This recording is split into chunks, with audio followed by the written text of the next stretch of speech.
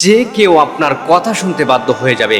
আপনি যদি সঠিক নিয়মে আমলটি করতে পারেন, তাহলে আপনার কথা শুনতে বাধ্য হয়ে যাবে, আপনার জন্য দেওয়ানো হয়ে যাবে, আপনার জন্য পাগল হয়ে যাবে। তবে আমলটি আপনার সঠিক নিয়মে করতে হবে। আমলটি করার আগে আপনাকে নিয়ম কানুন বলে দিচ্ছি।